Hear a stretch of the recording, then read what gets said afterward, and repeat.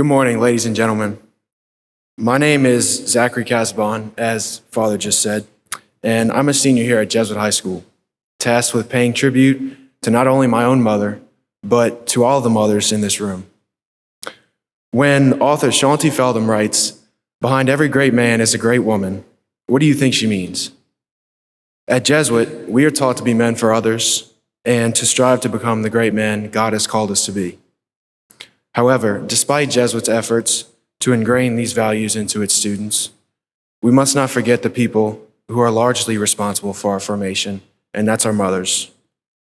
Personally, I know I wouldn't be the great man or the great young man that I am today without my mother's love and guidance. She pushes me to be the best version of myself each and every day in order to reach that goal of becoming the man that God has called me to be. And without her in my corner, I'm fairly certain that I wouldn't be able to reach any of my goals that I've achieved this far in life. With that being said, I'd like to share with you all 3 anecdotes that provide insight into my ever-strengthening relationship with my mother. Allow me to begin the first example with a quote by the late Cardinal Gaspard Mermiad. "A mother is she who can take the place of all others, but whose place no one else can take." Based on my experiences with my own mother, I have found that Cardinal Mermiad's words ring true because throughout my entire life, she has played a multitude of roles. From a study buddy in preparation for a big middle school exam, to a shoulder to cry on when things just don't seem to go my way.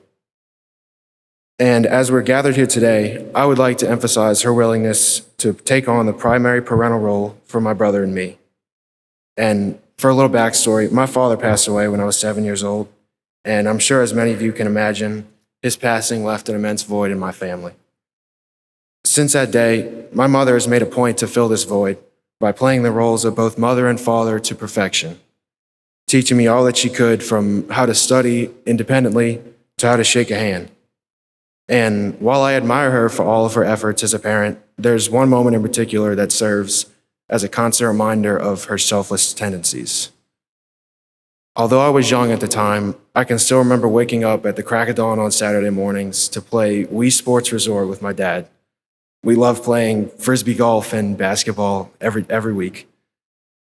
Naturally, after he passed, I didn't really have anybody to play with. And my mother noticed this, and in an effort to make things seem, even the most simple things, seem as normal as possible, she asked me, "Is there anything that me and you can do, or you and I can do, to make things seem, even the slightest bit normal?" And of course, my first suggestion was to play video games. Now, I don't really remember how that went, how long we played, but knowing my mother, I'd be willing to bet that I beat her almost every time. And although that might be impressive, that's not important. Her willingness to sacrifice her time and patience to participate in my favorite activity, it stuck with me. And to this day, it provides me with a model of how to practice empathy with others. Because empathy is one of the last yet most important traits developed in young children, it's clearly a fundamental trait for us young men as we grow up and start our own families.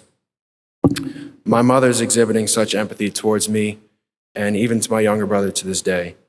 It really shapes my character, and it will shape my younger brothers as well. And to this day, it allows me to practice empathy in my life with my friends and my family. My second experience was much more recent during my 8th and 9th grade years. This was my first girlfriend. And as you all know, 8th grade girlfriends are extremely important.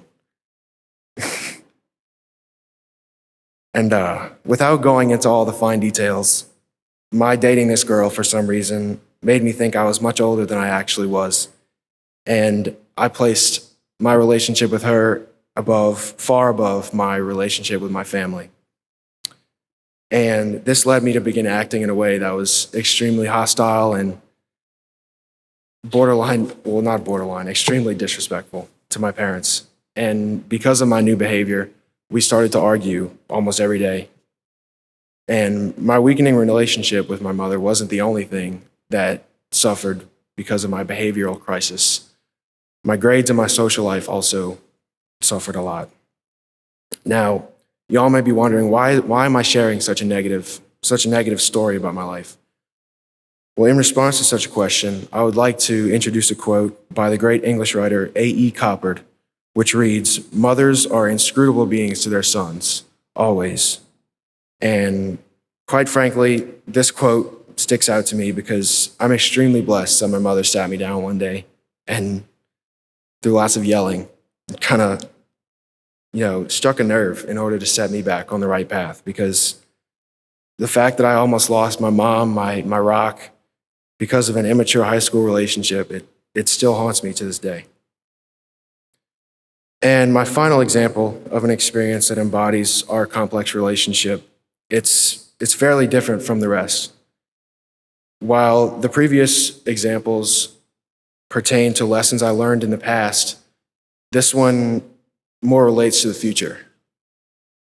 As I said before, I'm a senior this year, and I only have 5.5 more months, but who's counting? As my high school days are coming to a close, my preparation for college has ultimately begun. And through the entire application process, my mother has shared much information about her college days with my younger brother and me. She loves to joke around with us that had the right circumstances fall into place, she would be in New York right now working on Wall Street, and me and my brother would just be figments of her imagination. Thanks, Mom. But in all seriousness, I'm certain that my mother, strengthened by her innate brilliance and her drive to succeed, would have certainly accomplished this goal. Now, although she wasn't able to accomplish this dream because of other circumstances, she has instilled the same dream upon me. For the sake of context, I must share I've been blessed with an opportunity to attend a prestigious school in the Northeast. And although it's not important where or how I got it, my mother, although I'll know she'll hate to see me venture so far away from the nest, she's embraced this opportunity with open arms, and she treats it as if it were her own. On many occasions, she has assured me that she wants me to go as far as possible, as far as I need to succeed where she wasn't able to. And I'm truly honored that she believes in me enough to push me and give me the tools I need to make my mark on the world. I can't thank her enough for being such a positive support system throughout this entire process. And although she decided to remind me about 6 times a day to finish those essays. Finally, gentlemen, I believe that Abraham Lincoln described his relationship with his mother best when he said, "All that I am and hope to be, I owe to my angel mother."